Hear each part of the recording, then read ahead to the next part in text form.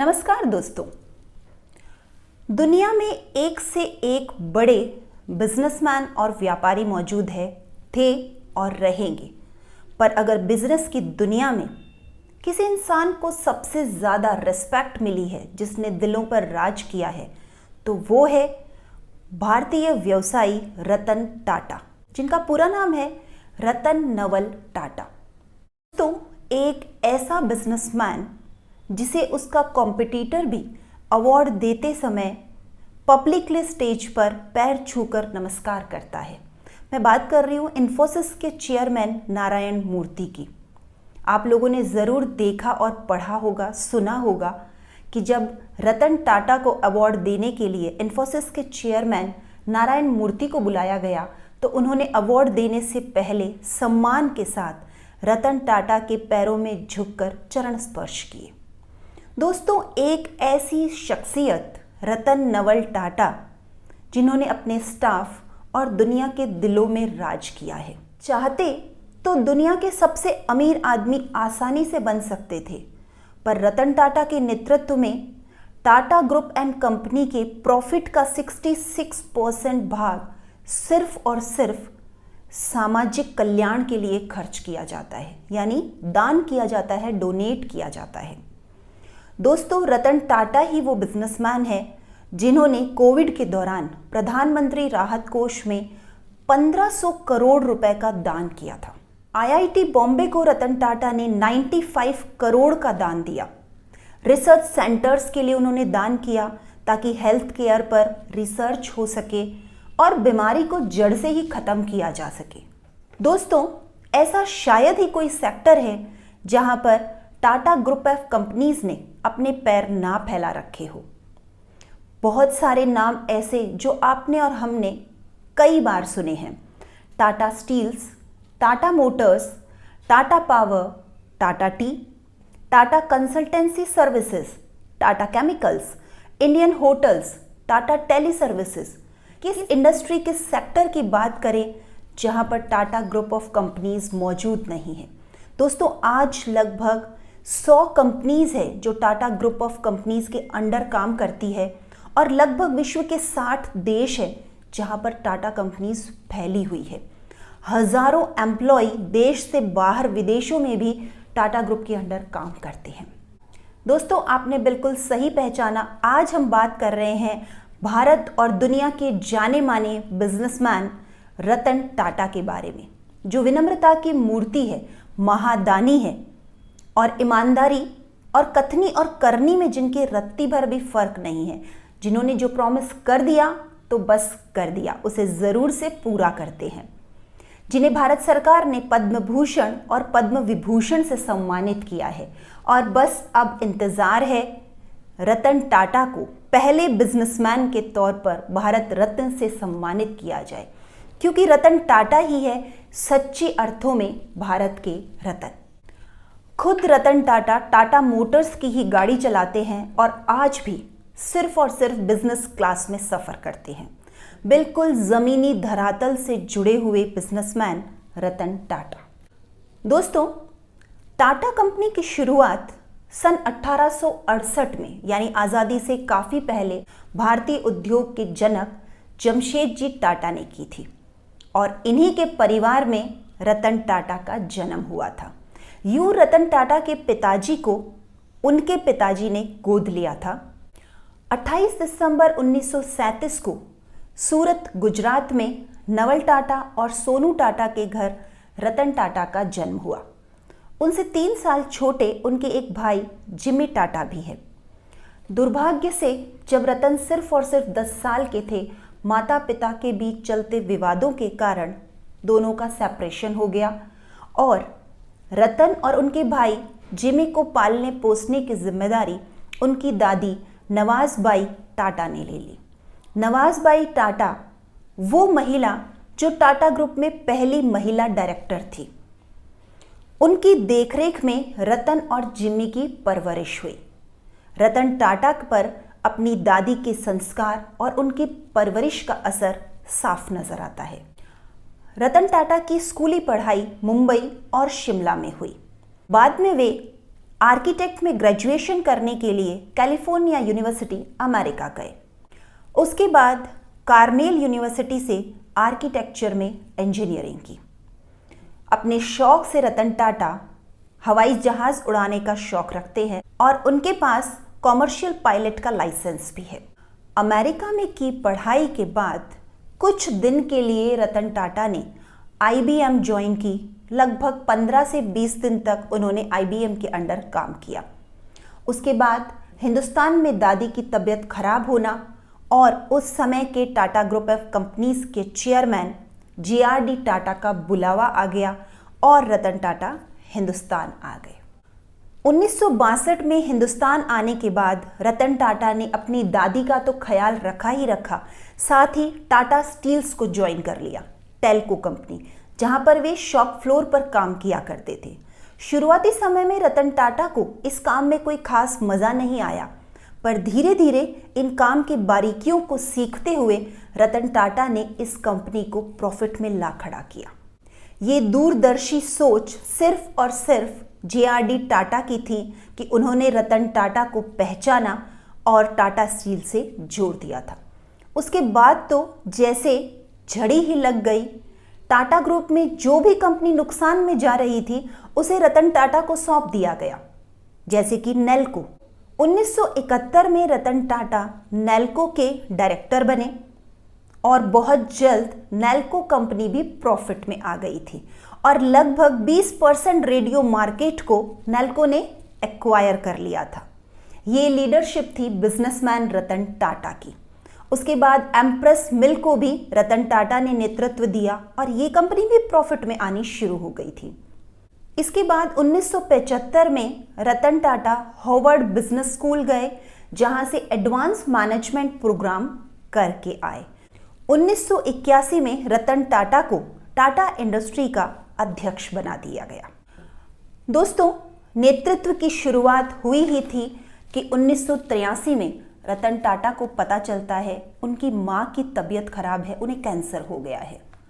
रतन टाटा पहुंच जाते हैं अपनी मां के पास और हॉस्पिटल में उनकी देखरेख करते हैं, पर बिजनेस माइंड वहां भी चलता रहता है।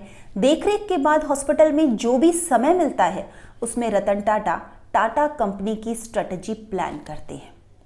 ये वो रतन था जिसे JRD टाटा ने पहचाना और इस हीरे की परख सिर्फ और सिर्फ JRD टाटा जैसे जौहरी ही कर सकते थे।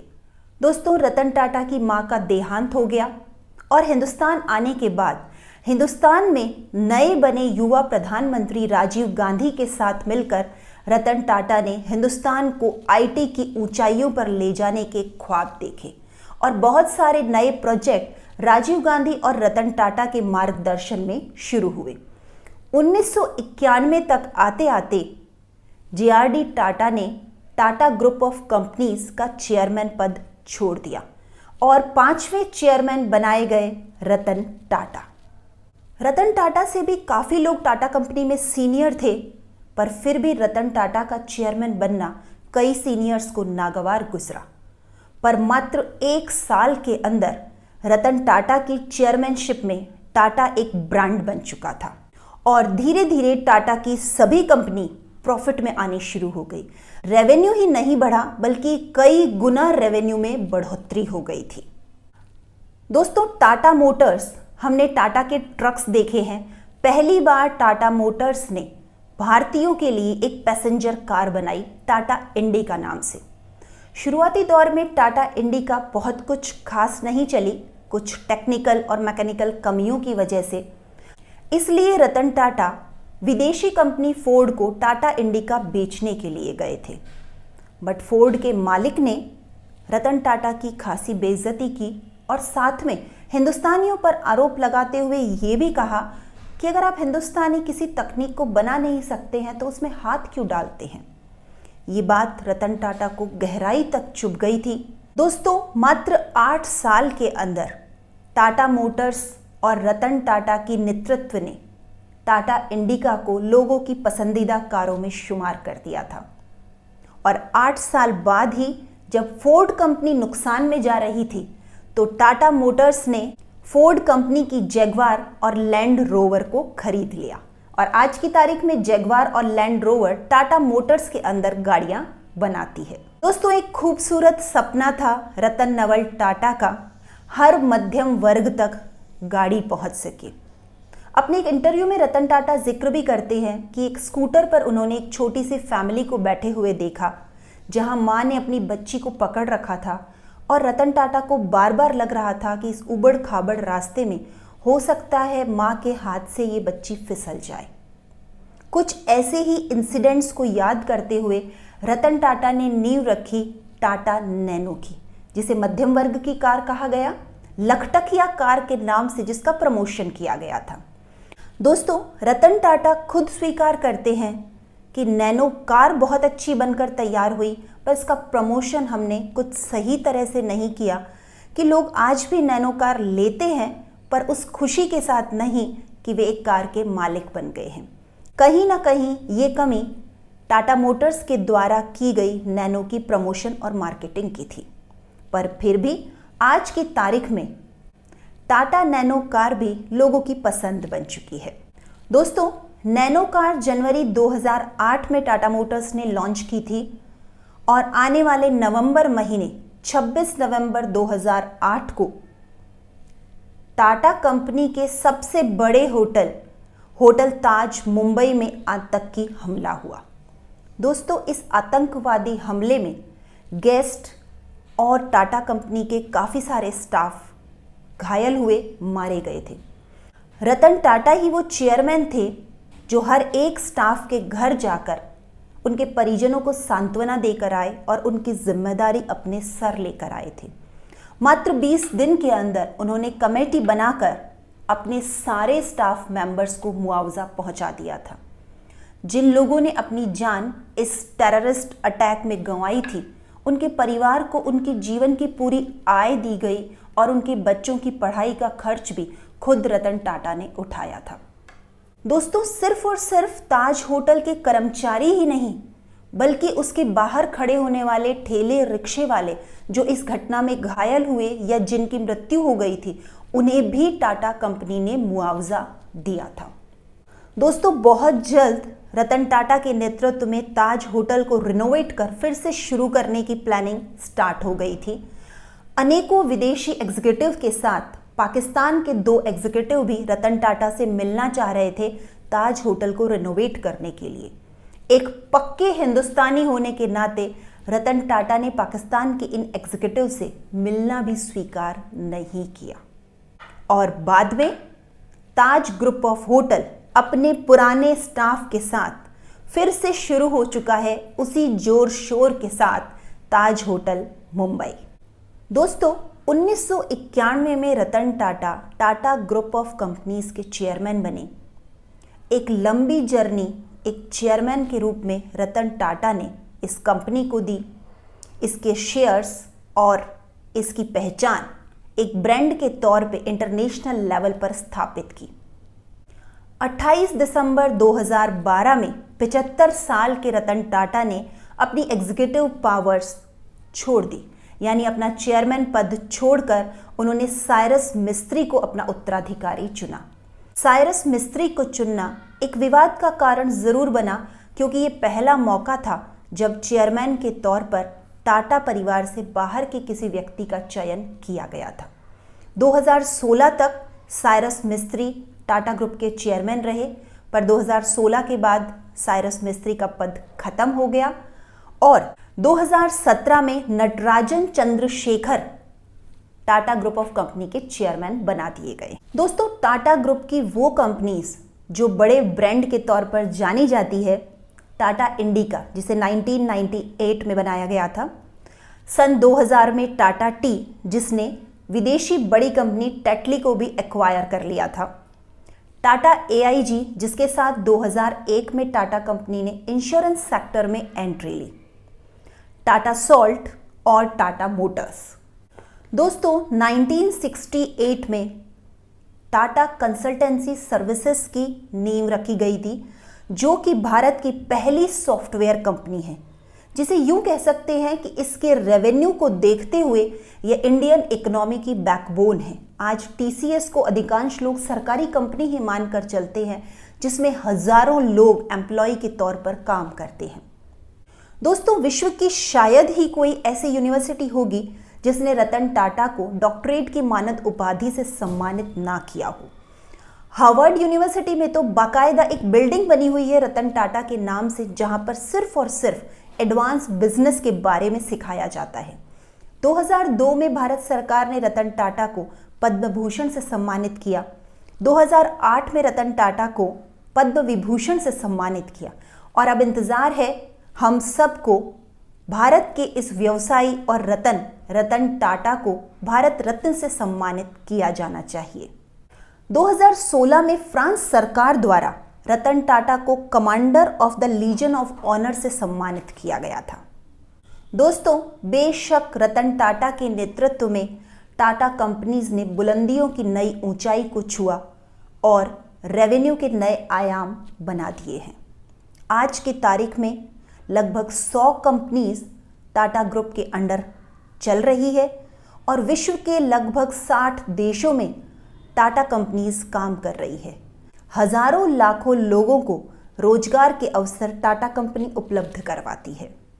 दोस्तों, 1968 में इंफॉर्मेशन टेक्नोलॉजी के क्षेत्र में जिस TCS कंपनी को टाटा कंपनी ने बनाया था, 2021 में उसे लार्जेस्ट IT सेक्टर की कंपनी निर्विवाद मान लिया गया है। हालांकि रतन टाटा जीवन भर अविवाहित रहे हैं, पर उन्होंने टाटा कंपनी में काम करने वाले स्टाफ को ही अपना परिवार मान लिया है।